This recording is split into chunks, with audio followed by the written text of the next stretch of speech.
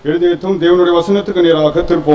अपने जो सोच विचार और हमारे जो मन को प्रभु के वचन की ओर से हम फेरे। மார்க் எழுதின நற்செய்தியின் நூல் 2ஆம் அதிகாரம் 1லிருந்து 5வது வாக்கியம் வரை யாராவது எழுந்து நின்று சத்தமாக வாசிக்கலாம்। सब अपने पवित्र शास्त्र खोले और मरकुस रचित सुसमाचार की पुस्तक दूसरी अध्याय पहली 5 वचन को पढ़िएगा। मरकुस दूसरी अध्याय पहली 5 वचन।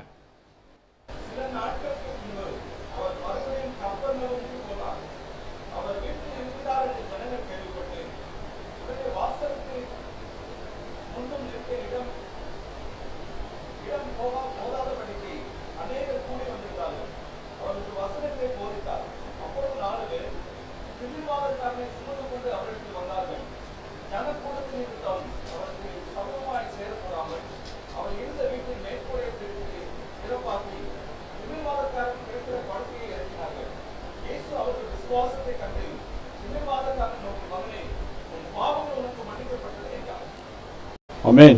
मरकुस रचित सुसमाचार की पुस्तक दूसरी अध्याय की पहली 5 वचन में हम इस तरीके से पढ़ते हैं। कहीं दिन की बात वह फिर कफरनहूम में आया और सुना गया कि वह घर में है। फिर इतने लोग इकट्ठे हो गए कि द्वार के पास भी जगह नहीं मिली और वह उन्हें वचन सुना रहा था।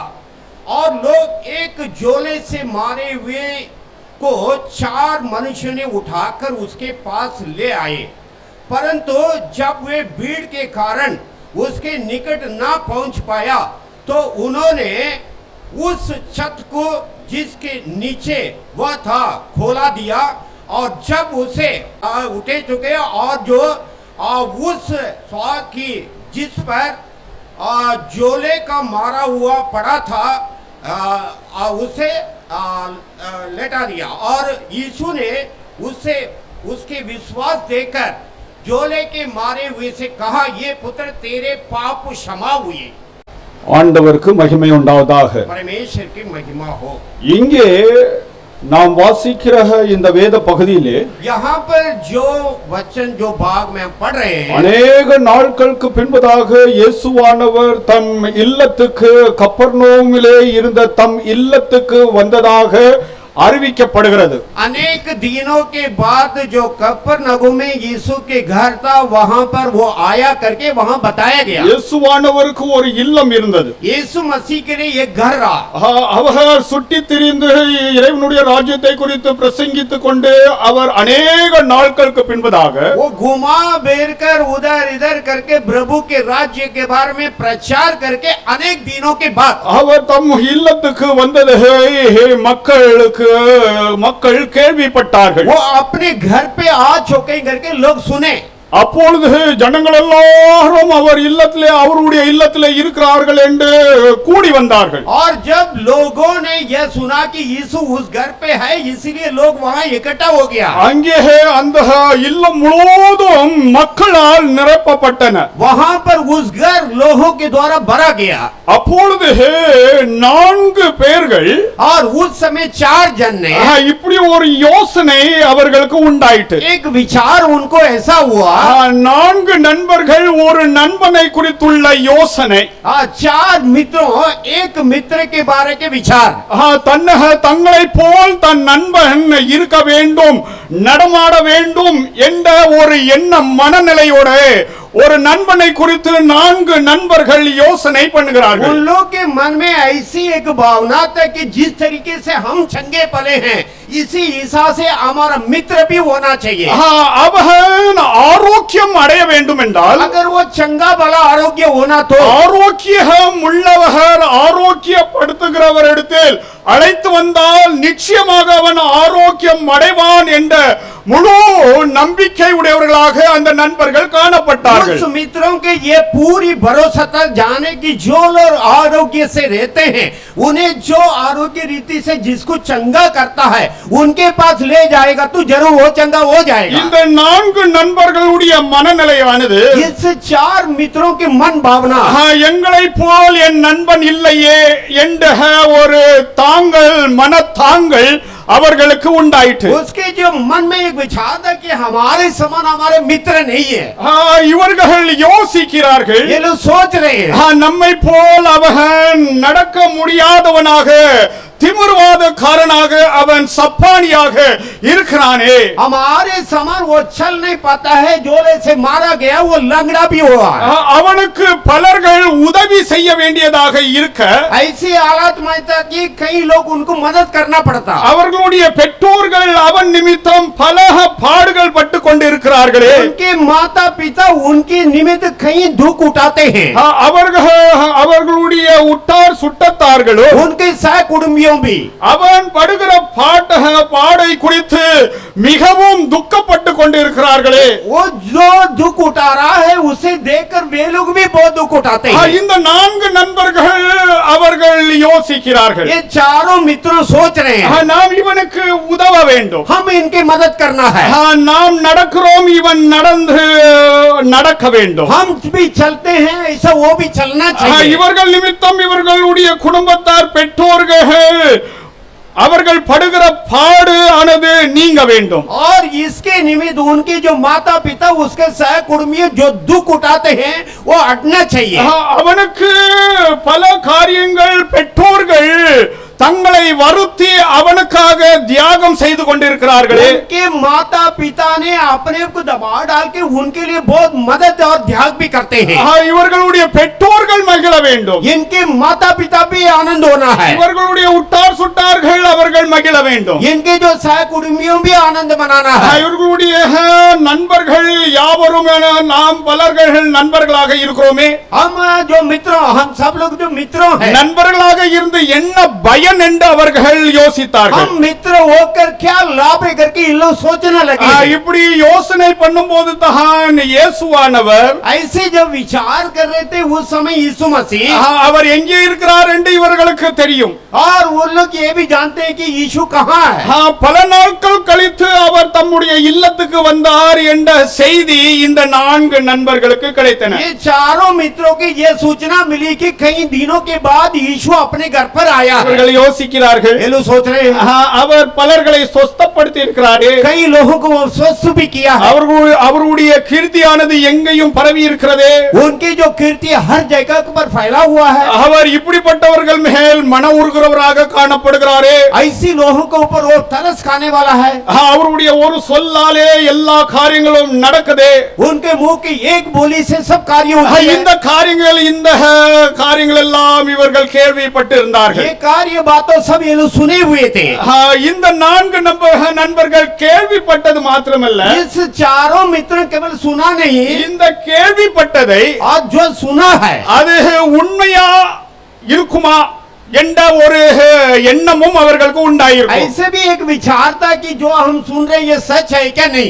இதை எப்படி பரிசோதித்து பார்க்கிறது, ये कैसे हम जांच कर देखें இது நடக்குமா क्या ये होगा. என்ற எண்ணமும் சாமானிய மனிதர்களுக்கு உண்டாகிறது. அது சாமானிய காரியமாகும். ऐसा भी एक विचार होता है ये होएगा कि नहीं, ये तो एक आम आदमी लोग से भी होता இந்த है. 4 பேரும் அவர்கள் பேசிக் கொண்டார்கள், அவர்கள் யோசித்தார்கள் என்ன செய்யலாம் என்று. ये चारों से विचार भी किया है और बोलने लगे कि हम क्या करें. அவர் இருக்கிறார், वो तो है, அவரை சுற்றிய ஆட்கள் இருக்கிறார்கள், उसके गहर के लोग हैं, பலர்கள் வந்திருக்கிறார்கள், कई लोग आए हैं, அவர் பிரசங்கம் பண்ணி கொண்டிருக்கிறார். और वो तो वहां संदेश दे रहा है. இப்பொழுது இந்த இல்லத்துக்குள்ளாக இவனை எப்படி அழைத்து செல்வது?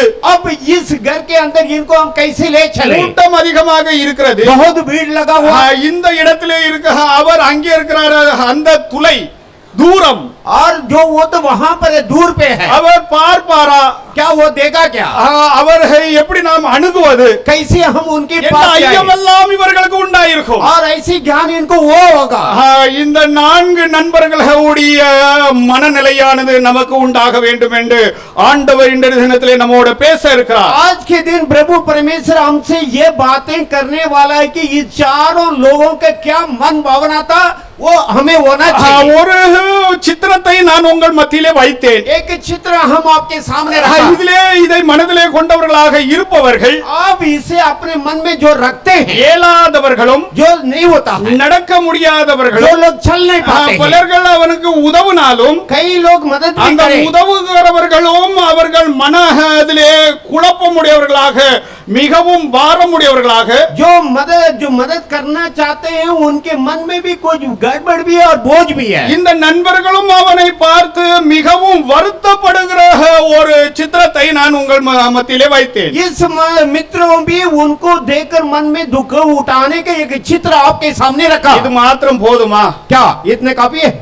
இதிலே இருந்து நாம் கற்றுக்கொள்ள வேண்டியது என்ன என்று ஒரு 4 காரியத்தை உங்கள் மத்தியிலே வைக்கிறதற்காக இருக்கிறேன். इनमें से हम क्या सीखना चाहिए करके 4 बात मैं आपके मध्य में रखना चाहता இந்த हूँ. 4 நண்பர்கள் ये चारों मित्रों உடைய மனநிலையானது ஒருவரும் இங்கே அமர்ந்திருக்கிறவர்கள் மத்தியிலே உண்டாக வேண்டும் என்று ஆண்டவர் விரும்புகிறார். इसके जो मन भावना यहाँ पर जितने भी लोग बैठे हैं उनके मन में होना चाहिए करके प्रभु चाहते हैं. இந்த 4 நண்பர்கள் ये चारों मित्रों ஒரே கருத்து உடையவர்களாக இவர்கள் இருந்தபடினாலே एक ही बात था, तन था, इसीलिए ஒரு மகன் சொஸ்தப்பட்டதும் ये तत्व पाया है. இவர்கள் ஒரு மனதாக இருந்தபடினால் ये लोग एक चित्त होकर रहा है, इसीलिए இவர்களுடைய விசுவாசமானது இயேசுனால் போட்டப்பட்ட காரியம் இந்த பகுதியிலே எழுதப்பட்டிருக்கிறது. इनके जो विश्वास को यीशु के द्वारा सम्मान किया वो बात यहाँ पर लिखा है. ஆண்டவருக்கு மகிமை உண்டாவதாக. परमेश्वर की महिमा हो. இந்த பகுதியை इस बात ஒரு 20 முறை நான் வாசித்தேன். कम से कम 20 நான் 20 முறை படிக்கும் போது பல காரியங்கள் நான் நோட் பண்ணி கொண்டே இருந்தேன். 20 बार जब मैं इसे पढ़ रहा था कई बातों को मैं लिख रहा था. அப்படி போயிட்டே இருந்தது. ऐसे ஒரு 3 பேப்பர்ல அதாவது நான் எழுதினேன். 3 पेपर में पूरा लिख दिया. அதெல்லாம் இங்க வந்து சொன்னா ऐसा पूरा बताओ तो எல்லாம் அதாவது தலைக்கு மேல தான் போகும். आज ये तो சரி, सीधे இத வந்து நம்ம வந்து ரொம்ப சிம்பிளிஃபை பண்ணுவோம். ठीक है, हम इसको जरा छोटा से என்று ஜெபத்துக்கு நான் போனேன். ऐसा करके मैं प्रार्थना में लगा. ஜெபம் செய்யும் போது जब प्रार्थना कर रहा கர்த்தருடைய था, ஆவியானவர் இந்த 4 காரியத்தை மாத்திரம் நீ சொல்லு என்று என்னுடைய மனதிலே அந்த காரியத்தை உணர்த்தினார். प्रभु की आत्मा मेरे मन में यह कहा कि केवल ये 4 बात को तो बताना. இந்த 4 நண்பர்களும் அவர் இல்லத்திலே இருக்கிறதை கேள்விப்பட்டார்கள். इस चारों मित्रों वो घर पे है करके वेलू सुने. இவர்கள் அந்த மனிதனிடத்தில் சாட்சி கூறியிருப்பார்கள் அல்லவா? आज जो ये लोग जाकर उसके पास गवाह देंगे. இந்த 4 நண்பர்கள் ये चारों मित्रों ஒரே சாட்சி தான் கூறினார். एक ही गवाह दे गए रहते हैं. அந்த சப்பானி और उस लंगड़ा இந்த திமிர்வாதக்காரன் और ये झोले से मारे हुए ஒரே சாட்சி தான் சொன்னார்கள். एक ही गवाह वे लोग दिए थे. ஒருவரிடத்தில் நாங்கள் அழைத்து செல்ல இருக்கிறோம். और एक जन के पास इन्हें हम ले चलने वाले அவர் हैं. யார் என்றால் இயேசு என்று அவனுக்கு அறிவித்தார். वो कौन है? वो यीशु है. இரண்டாவது சாட்சி என்ன கூறினார்கள் என்றால், दूसरी गवाह क्या कहा? அவரிடத்தில் சென்றால் उनके पास अगर அவருடைய जाए வல்லமையினால் நீ சொஸ்தம் அடைக்கிறதற்கு வாய்ப்பு இருக்கிறது. वो अब उनके सामर्थ्य के द्वारा तो स्वस्थ होने का मौका है. ஏனென்றால் அவருடைய கீர்த்தி எங்கேயும் பரவி இருந்தது என்று வேத வாக்கியங்களே எழுதப்பட்டு இருக்கிறது. क्योंकि उसकी जो कीर्ति हर जगह पे फैला हुआ था करके लिखा हुआ. இயேசுவானவர் இல்லத்திலே இருக்கிறார். एक तो यीशु घर पे है. அவரிடத்தில் சென்றால் अगर उसके बाद जाए நீ சொஸ்தம் அடைய முடியும் வல்லமை அவரிடத்தில் இருக்கிறது तो என்றும், स्वस्थ होने के हिसाब से सामर्थ्य उनके पास है. அது மாத்திரமல்ல केवल उतना नहीं, அவரால் நீ மீட்கப்பட்டு எங்களை போல் இந்த விசுவாசம் உடையவனாக நீ மாற முடியும். उसके द्वारा तुम छुटकारा पाएगा और हमारे समान ये विश्वास तुम्हारे पास அவர் आएगा. இருக்கிறார் என்று நாம் கேள்விப்பட்டிருக்கிறோம். वो है करके हम सुना, அவர் உண்டு என்று நாம் அறிக்கை वो பண்ணுகிறோம். है करके हम अंगीकार அவர் किए. பரலோகத்திலே இருந்தார், பூலோகத்துக்கு வந்தார் என்றும், वो स्वर्ग में रहा और पृथ्वी पे आया. மனுமக்களின் பாவத்துக்காக அவர் மரித்தார் என்றும், मानव लोगों का पाप के लिए मरा करके அவர் அடக்கம் பண்ணப்பட்டார் என்றும், वो गाड़ा गया करके 3ஆம் நாள் மகிமையான உயிர்த்தெழுதல் பெற்றார் என்றும், तीसरा दिन महिमा की जी उठना पाया. தம் சீடர்களிடத்தில் அவர் இந்த உலகத்திலே ஆட்ட வந்த பணியை அவர்களிடத்தில் சொன்னார் என்றும், अपने जो चेला वो इस संसार में क्या सेवा करना चाहिए करके उनको बताया भी. அது மாத்திரமல்ல केवल उतना नहीं சொல்லிட்டு बोलकर நீங்கள் காத்திருந்து तो बाट जोते रहो। பரத்திலே இருந்து வருகிற ஈவை நீங்கள் பெற்றுக் கொள்ளுங்கள். स्वर्ग से जो दान मिलने वाला है उसे पालो। நான் முன்பு எங்கே இருந்தேனோ அங்கே நான் சென்று விடுவேன். और जहां मैं पहला रहा उधर मैं चला जाऊंगा। என்றென்றும் நீங்கள் எனக்காக நீங்கள் இருக்கும்படிக்கு सदा काल के लिए तो मेरे लिए रहने के लिए அவர் எங்களுக்கே கட்டளையிட்டார் என்று அப்போஸ்தலர்கள் சொல்லுகிறார்கள். वो हमें आज्ञा दिया करके प्रेरितों ये बात कहा। அப்போஸ்தலர்கள் 10ஆம் அதிகாரத்தில் எழுதப்பட்டிருக்கிறது. प्रेरितों 10वां अध्याय में लिखा है। எல்லா वचனங்களும் வாசிக்க வேண்டாம். सब वचनों पढ़ने की जरूरत नहीं அந்த है। वचனங்களிலே எழுதப்பட்டிருக்கிறது. उस वचनों में அவர் लिखा, உயிர்த்தெழும்பி वो जी उठकर அவர் எங்களுக்கு கட்டளையிட்டார். हमारे पास आज्ञा दिया है। நாங்கள் கேள்விப்பட்டதை हम जो सुने நாங்கள் சொல்லாமல் இருக்க முடியுமா? क्या हम बोलने बिना रह सकते நீங்கள் हैं? சொல்லக்கூடாது என்று அதிகாரிகள் அவர்களுடைய வாயை அடைத்தார்கள். अधिकारियों ने ये बात तो बताना नहीं चाहिए करके उनको मुंह को बंद किया। ஆனால் அவர்கள் என்ன சொல்கிறார்கள் लेकिन என்றால், वे लोग क्या कहते हैं? அவருடைய கீர்த்தியை பற்றி நாங்கள் சொல்லாமல் இருந்தால் क्या उनके जो कीर्ति के बारे में अगर हम नहीं कहें நாங்கள் அவருக்கு துரோகம் செய்கிறவர்களாக காணப்படுவோமே. हम उनके विश्वासघात करने वाला बन जाएंगे। அவர்களை மிரட்டினவர்களை उसको जो लोग அவர்கள் விரோதித்து जो उनके विरोधी எல்லா வீதிகளிலும் சென்று सब सड़क पे जाके நசரீனாகிய இயேசுவை கொலை செய்தீர்கள் நீங்கள் என்று அறிவித்தார்கள். नसरी यीशु को तुम ही घात किया करके बताया। இயேசுவானவரை குறித்து வீதிகளிலே அவர்கள் சொன்னார்கள். यीशु मसीह के बारे में सड़क पे जाके बताया। இந்த நண்பர்கள் इन मित्रों இயேசுவானவரை பற்றி यीशु मसीह के बारे में அவருடைய கீர்த்தியை பற்றி उनके कीर्ति के बारे அவருடைய में வல்லமையை பற்றி उनके सामर्थ्य के बारे அவருடைய में மீட்பை பற்றி சொன்னார்கள். उसके छुटकारे के बारे में कहे। அவர் இங்கே இருக்கிறார் என்று செய்தி அவர்களும் கேள்விப்பட்டார்கள். वो वहां पर है करके ये समाचार वे लोग भी सुना। இயேசுவானவர் நேற்றும் இன்றும் என்றும் மாறாதவராக இருக்கிறார் என்று கடந்த வாரம் நான் உங்கள் மத்தியிலே பிரசங்கம் பண்ணேன். पिछले सप्ताह में हम आपके मध्य में यह प्रचार किया था कि यीशु मसीह कल आज कल அவர் எப்பொழுதும் எங்கேயும் கிரியை செய்து கொண்டிருக்கிறார். वो सदा काल के लिए सदा जगत पे कार्य करते हैं। அவர் இருக்கிறார். वो है। அவருடைய கீர்த்தி எங்கேயும் பரவி கொண்டிருக்கிறது. उसकी कीर्ति हर जगह पे फैली जाती है। இது நாம் கேட்டுக்கொண்டு தான் இருக்கிறோம். इसे हम भी सुनते भी हैं। ஒரு முடவன் एक लंगड़ा இறைவனிடத்தில் அவன் வர முடியாமல் यीशु के पास आने बिना அவனுக்கு உதவியாளர்கள் இருக்கிறார்கள். कई लोग उसके मददगार हैं। அவன் வாசிக்கிறான், वो पढ़ता है இறைவனை அடையும்படிக்கு परमेश्वर के पहचानने के लिए। அவன் உட்கார்ந்து கொண்டு தபஸ்ஸி பண்ணுகிறான், அவன் தியானம் பண்ணுகிறான் இறைவனை அடையும்படிக்கு. वो बैठकर तपस्या करता है और ध्यान करता है परमेश्वर के जानने के लिए। அவன் ஒரு இடத்திலே தான் அவன் இருத்தப்பட்டு இருக்கிறான். केवल एक जगह पे वो रखा गया, बैठ गया। அவனுக்கு நம்முடைய கடமை என்னவென்றால், उनके लिए हमारी फर्ज क्या है? இயேசுடைய கீர்த்தியை இவர் இருக்கிறார் என்று यीशु की कीर्ति वो यीशु है करके எங்கேயும் அவர் இருக்கிறார், பரலோகத்திலே இப்பொழுது இருக்கிறார். हर जगह पे वो है, अभी स्वर्ग में है। அவரை பற்றி நாம் அறிவிக்க வேண்டும். उसके बारे में बताना भी है। அவருடைய வல்லமையை குறித்து பிரஸ்தாபப்படுத்த வேண்டும். उसकी जो सामर्थ्य के बारे में அவருடைய மீட்பு அவரிடத்தில் உன்னை நான் கொண்டு செல்வதற்காக வந்திருக்கிறோம். उसके जो छुटकारे के लिए उनके पास ले चलने के लिए हम आए। அவர்கள் ஏக மனதுள்ளவர்களாக இருந்தார்கள். நான்கு பேரும் वो चारों जन एक ही चित्त का मन था। திருச்சபைக்கு ஆண்டவர் சொல்கிறார், कलीसिया के लिए परमेश्वर ஏக மனதுடையவர்களாக இயேசுவை குறித்து ஏகமனதாக சாட்சி கூறும்படிக்கு एक चित्त होकर यीशु के बारे में गवाह देने के लिए அவர் வல்லமை வாய்ந்தவர் என்றும் वो सामर्थ्य है। அவர் மனுமக்களை மீட்கிறவர் என்றும் मानव लोगों को उद्धार करता है। சப்பானிகளுக்கு சொல்ல வேண்டிய கடமை நமக்கு இருக்கிறது. लंगड़े को बताना हमारी फर्ज होती है।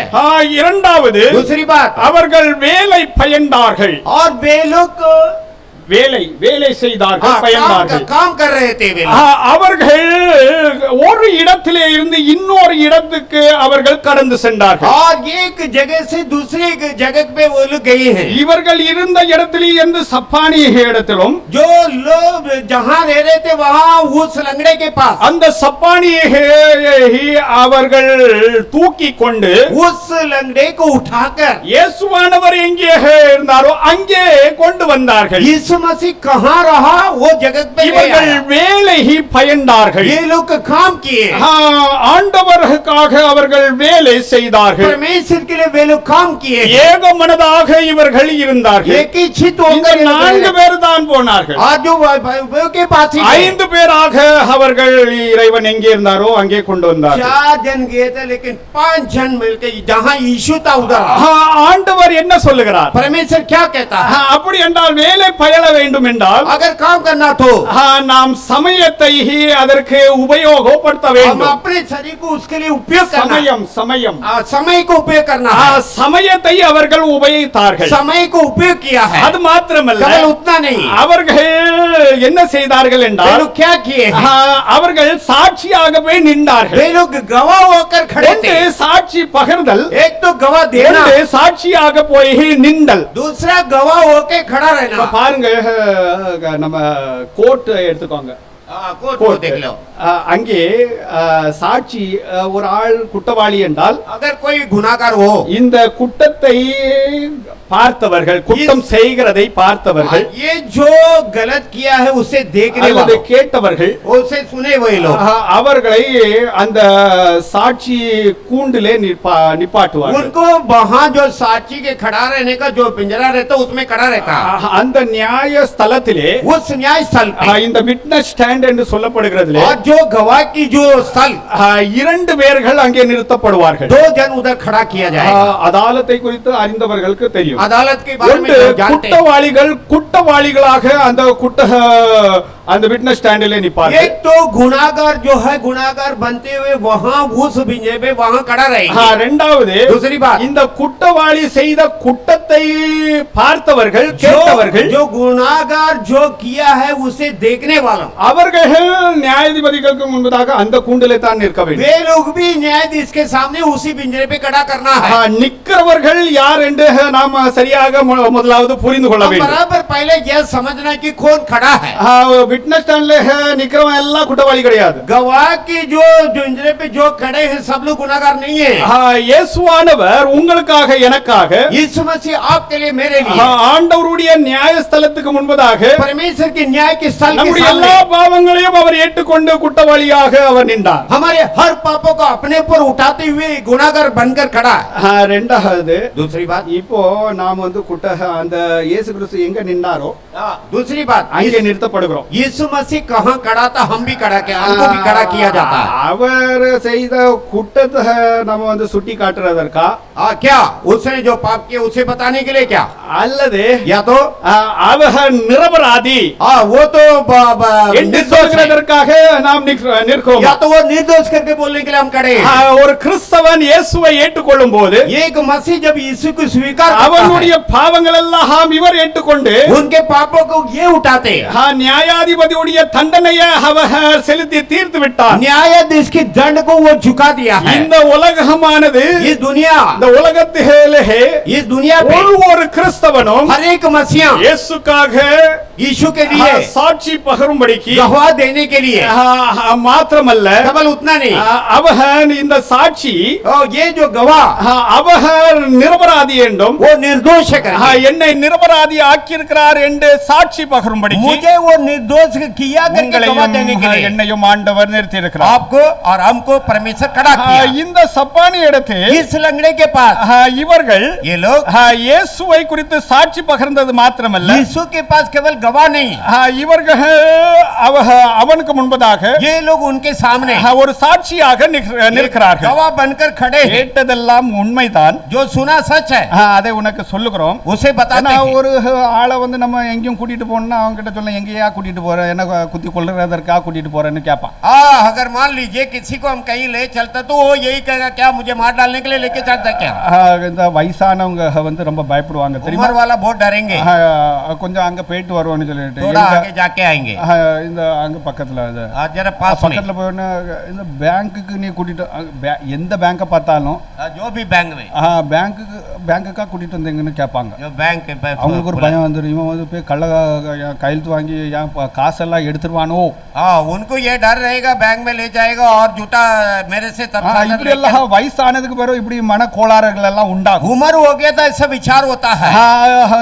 அதனால கொஞ்சம் வயசாயோன்னு கையெழுத்து பிள்ளைகள் கேட்டாங்கன்னா கொஞ்சம் கேட்டு தான் அதனை போடணும். और इसीलिए उम्र हो गया तो अगर बच्चे लोग कुछ सिग्नेचर मांगते तो हम இல்லனா முதலே உயில எழுதி வச்சிரணும். आज जो पहले என்னுடைய காலத்துக்கு பின்பதாக मेरे समय के बाद இந்த பிள்ளைகளுக்கு இதெல்லாம் எழுதி வச்சிரணும். इनको ये सब रहेगा. ஒன்னு பேங்க் லாக்கர்ல வச்சிரணும் இல்லனா ஒரு அட்வொகேட் கிட்ட அதன வில்ல எழுதி அதாவது கொடுத்துறணும். एक बैंक के लॉकर में रखे या तो एडवोकेट के पास அப்படி இல்லனா எல்லா குடும்பமும் சிதறடிக்க போகுது. नहीं तो सब परिवार चूर-चूर हो जाएगा. இதெல்லாம் நான் எல்லாருக்கும் ஆலோசனை சொல்லுவேன். ये सब आपको आलोचना देता हूं.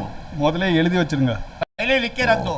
நல்ல தடகாத்திரமாக இருக்கும்போது अच्छा अट्टा-कट्टा रहेगा तब. இல்லனா பிள்ளை பிறந்த உடனே எழுதி வச்சிருங்க. या तो बच्चा जन्म हो गया तो लिख के रख दो. இப்ப இருக்கிற சொத்து अब जो भी तन मन பிறக்கிற போகிற எத்தனை பிள்ளையா இருந்தாலும் சரி जो और भी आगे के लिए जितना भी लोग जन्म हो ஈக்குவல் ரைட்ஸ் அதனை ஈக்குவல் பங்கு என்று முதல்ல அதனை எழுதி வச்சிருங்க. उनके लिए बराबर भाग रहेगा करके पहले लिख के रख दो. ரொம்ப சேஃபாக அதாவது இருக்கலாம். और ऐसे ये सेफ से हम रह सकते हैं. கடவுள் நம்பிக்கை இல்லாம நீங்க இப்படி செய்யலாமான்னு சொல்லிட்டு आज जो प्रभु के भरोसे बिना क्या ऐसा कर सकता है क्या? ஆண்டவரே உயிர் எழுதி வச்சிருக்காரு தெரியுமா?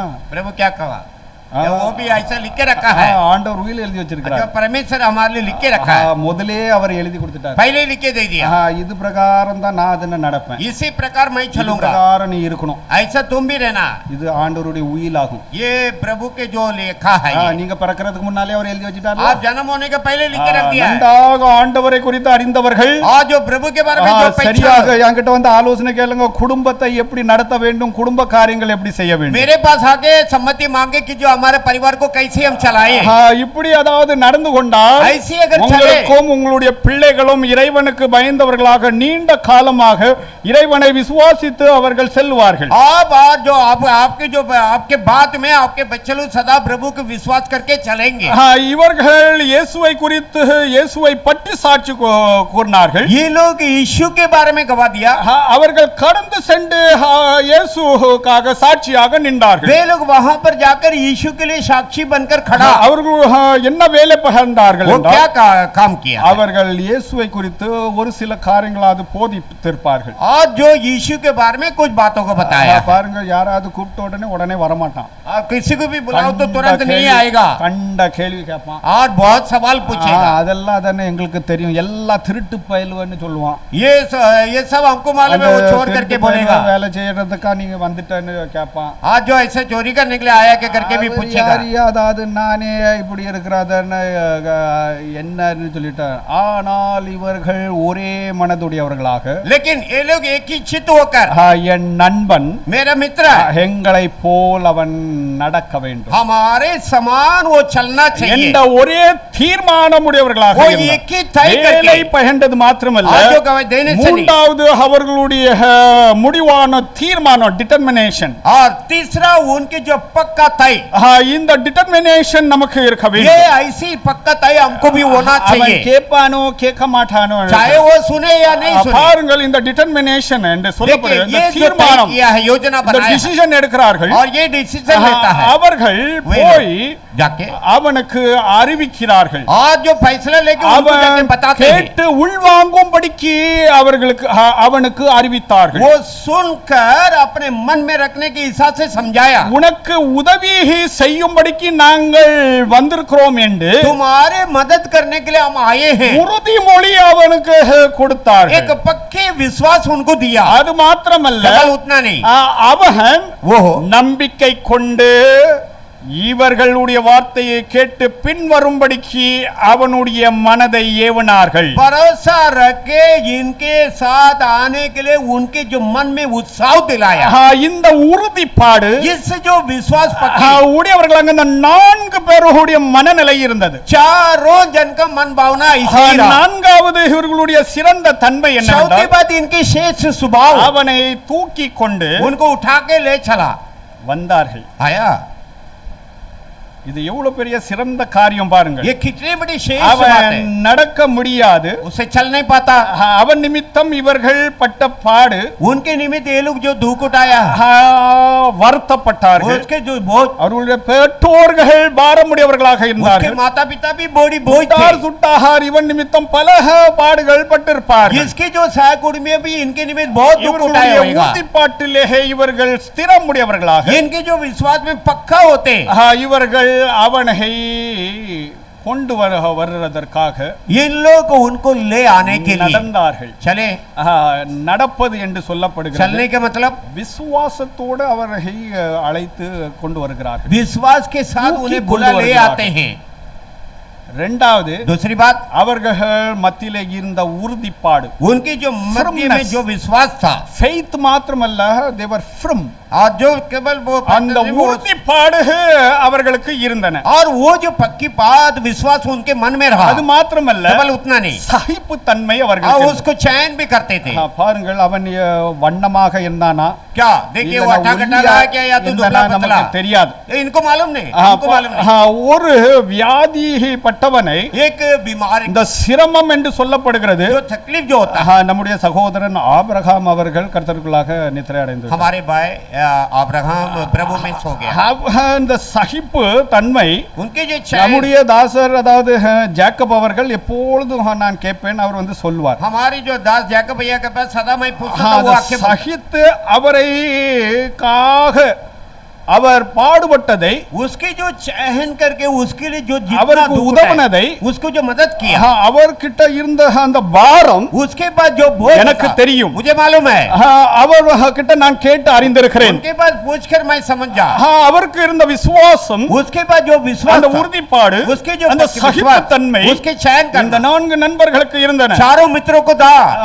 இப்படிப்பட்டவர்களாக நாம் இருக்கிறோம். ऐसे लोग हम भी. இந்த உறுதிப்பாடு அவன் கேட்பானோ கேட்க மாட்டானோ இல்லை, जो पक्की बात वो सुने या नहीं सुने मालूम नहीं, கேட்கத்தக்க விதமாக जो सुनने के हिसाब से நாம் அவனிடத்தில் பேசணும் என்றால், हम उनसे बातें करें, அவனுக்கு உதவுகிறோம் என்று அர்த்தமாகும். उनको मदद करते करके मतलब, உதவுகிறோம் என்று அர்த்தம் படுத்தும் போது, जो हम मदद करते करके अर्थ நீ வந்தால் கண்டிப்பாக जरूर நீ மீட்கப்படுவாய், तो जरूर छुटकारा அந்த पाएगा.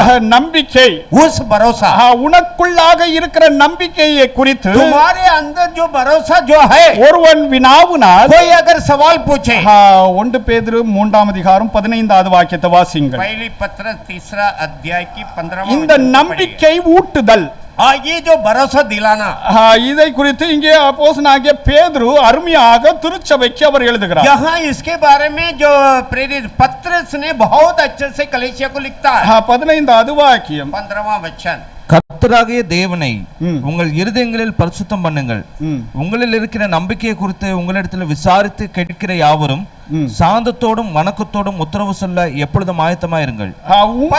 पर मसीह को जो प्रभु जानकर अपने अपने मन में पवित्र समझो, और जो कोई तुमसे तुम्हारी आशा के विषय में कुछ पूछे तो उन्हें उत्तर देना के लिए सर्वदा तैयार रहो, पर नम्रता और भय के समझ. இங்கே பாருங்கள், நம்பிக்கை ஊட்டுதல். यहाँ पर देखिए आशा दिलाना. இந்த காரியம் இந்த நண்பர்கள் செய்தார்கள், 4 பேரும் செய்த காரியம். ये कार्य जो चारों जन ने किया. இங்கே பேதுரு வந்து சபைக்கு எழுதுகிறார். यहाँ पत्र कलीसिया को लिखता है. சிதறுண்டு இருந்த तितर पितर जो हुए எல்லா விசுவாசிகளும் செய்ய வேண்டிய காரியத்தை எழுதுகிறார். हर विश्वासियों क्या करना चाहिए करके लिखता है. உங்களுடைய நம்பிக்கை என்ன? तुम्हारी आशा क्या? இயேசுவானவர் வருவ போகிறார், यीशु मसीह आने वाला है என்று நாம் அந்த நம்பிக்கை குறித்து நாம் அவர்களிடத்தில் சொல்லும். ऐसा ये भरोसे के बारे में हम उनसे कहेंगे. மகாக்கியம் आज जो इसके जो எல்லா கிறிஸ்தவர்களுக்கும் ஆண்டவர் தந்திருக்கிறார். ये हर मसीहा को प्रभु ने दिया है. அவன் கேட்கும்படிக்கு, वो सुनने के हिसाब से நாம் உதவ வேண்டும் என்ற நோக்கத்தோடு அவனிடத்தில் பேசுகிறோம் என்று, हम मदद करने का हिसाब से उनसे बातें करते करके நம்பிக்கை ஊட்டத்தக்க விதமாக திட்டம் உறுதியுடையவர்களாக நாம் காணப்பட வேண்டும். आशा दिलाने के हिसाब से हमारे पास पक्का विश्वास होना चाहिए. அவன் இருக்கிற இடம், இவன் இருக்கிற இடம் உண்டு, ये जो रहने के அவன் இருக்கிற இடம் உண்டு, वो जो रहते वो भी கடந்து சென்று அவனை சந்திப்பதும், वहां पर जाके उनसे அவனை அழைத்து கொண்டு இயேசுவானவர் எங்கே இருக்கிறாரோ அங்கே அவனை கொண்டு வருவது उन्हें जहां यीशु है वो जगह पे ले आना கிறிஸ்துவ வாழ்க்கையின் நடத்தையாகும். ये मसीह लोगों का चाल चलन की हिस्सा நாம் हम இறைவனை அறியாதவர்களிடத்தில் நாம் நடந்து செல்வது ஒரு காரியம். परमेश्वर के अनजान के लोगों के पास चल के जाना एक बात है. இறைவனை அறியாதவரை जो प्रभु को ने अनजान है 5 பேராக இறைவன் எங்கே இருக்கிறாரோ அங்கே அழைத்து வருவது ஒரு 5 जन मिलकर जहां यीशु है उनको ले आना एक और இதிலே கவனம் வைக்க வேண்டும். ध्यान देना है. இந்த பகுதி பல காரியங்கள் சத்தியத்தை அது அறிவிக்கிறது. इस बात कई सच्चाई को हमें बताती है. அவனை பார்த்து நீ எழுந்து நட என்று சொன்னது மாத்திரமல்ல उसको देखकर केवल ये नहीं कहा कि तू उड़कर चल. முதலாவது அவர் என்ன சொல்றாரு? पहला क्या कहा? பாவங்கள் மன்னிக்கப்பட்டது. तेरे पापों की क्षमा हुआ. இங்கே இந்நாட்களிலே ரிவர்ஸ் ஆக यहाँ पर ஆண்டவரிடத்தில் வந்தா சுகம் பெறுவாய். जो प्रभु के पास आएगा तो चंगा पाएगा. ஏன்னா கள்ளர்கள் வந்து இத அப்படித்தான் உல்டா பண்ணுவாங்க. चोर लोग ऐसे ही उल्टा करेंगे. இதை குறித்து தேவனுடைய ஜனங்கள் ரொம்ப தெளிவாக இருக்க வேண்டும். इसके बारे में प्रभु के लोग बराबर पहचान रखना. ஒன்று அவனுடைய ஆத்ம மீட்பு முக்கியமாக இருக்கிறது. एक तो पहली बात எடுத்துக்கொண்டு நடவது பார்க்கலும் और जो एक तो उनके जो आत्मा की छुटकारा मुख्य है. பாவம் மன்னிக்கப்பட்டது எது மேன்மையானது என்று அங்கே இயேசுவானவர் வினாவுகிறார். तेरे पिछावनी लेकर तो उड़कर चल और तेरे पापों की क्षमा. எது முக்கியம்? तेरे पापों की क्षमा वही. தேவனுடைய சபையானது தேவனை அறிந்தவர்கள் जो प्रभु के पहचान के लोग ஆத்ம மீட்பு முக்கியமாக இருக்கிறது. आत्मा की छुटकारा मुख्य है. இதை அறிவிக்க வேண்டும். इसे बताना है. இறைவனை விட்டு परमेश्वर को छोड़ ஜனங்கள் எல்லாம் இறைவனை அறியாதவர்கள் लोगों के அவர்கள் சப்பானிகளாக இருக்கிறார்கள். जो प्रभु के अनजान के लोग लंगड़े. அந்த 4 நண்பர்கள் वो चारों मित्रों நாம் உலகத்தில் இருக்கிறவர்கள் எல்லாருக்கும் நாம் நண்பர்கள். और जो दुनिया में जितने भी हम मित्र हैं அவர்கள் சொஸ்தம் அடைய வேண்டும். और वे लोग स्वस्थ होना. நாம் ஆரோக்கியமாக இருக்கிறதை போல் हम जैसे आरोग्य से रहते हैं நாம் நடப்பதை போல் जैसे हम चलते அவன் நடக்க வேண்டும். चलना है. அவன் ஆரோக்கியம் அடைய வேண்டும். आरोग्य होना है. ஆத்ம ஆரோக்கியம் आत्मा की स्वस्थ சரீர ஆரோக்கியத்தோடு மேன்மையானது. शारीरिक स्वस्थ से ऊंचा என்று திருவேதமானது நமக்கு போதிக்கிறது. ऐसा करके शास्त्र हमें बताती है. நம்முடைய சாட்சி, हमारी गवाह, நம்முடைய வேலை பயன்கள், हमारी जो काम करना, நம்முடைய உறுதிப்பாடு, हमारी पक्की विश्वास, நம்முடைய நடத்தை, हमारी चाल चलन ஏகமாக காணப்பட வேண்டும் என்று ஆண்டவர் விரும்புகிறார். एक साथ ये सब होना चाहिए करके प्रभु चाहते हैं. இப்படி ஏகமாக காணப்படுவதிலே ऐसे एक ஒரு 3 விதமான ஆசீர்வாதங்கள் ஆண்டவர் வைக்கிறார். 3 किस्म का आशीष इसमें है. மார்க் 2 அதிகாரம் 5வது வாக்கியத்தை மறுபடி வாசியுங்கள். मार्को 2:5 को फिर पढ़िएगा.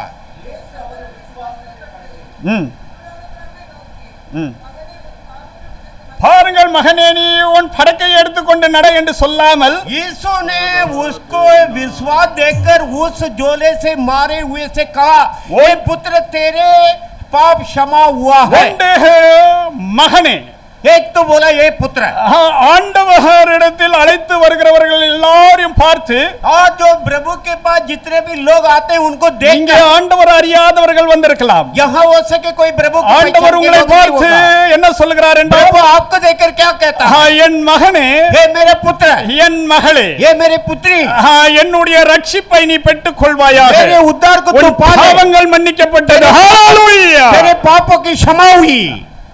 அவர்களுடைய விசுவாசத்தை மெச்சிக் கொள்ளுகிறார். उसके जो विश्वास के सम्मान करता है. உங்களும் உங்களுடைய விசுவாசம் என்னுடைய விசுவாசத்தையும் आपके विश्वास मेरे ஆண்டவர் மெச்சிக் கொள்ளத்தக்கதாக परमेश्वर இந்த உலகத்திலே செயலாற்ற வேண்டும் என்று இந்த பகுதியானது நமக்கு போதிக்கிறது. इस संसार में हम कार्य करना चाहिए करके ये वचन में அவர்களுடைய விசுவாசத்தை மெச்சிக் கொண்டு उनके जो विश्वास के ஆண்டவர் திருச்சபையின் விசுவாசத்தை மெச்சிக் கொள்வார். प्रभु कलीसिया के विश्वास की शाबाशी எப்போ மெச்சிக் கொள்வார்?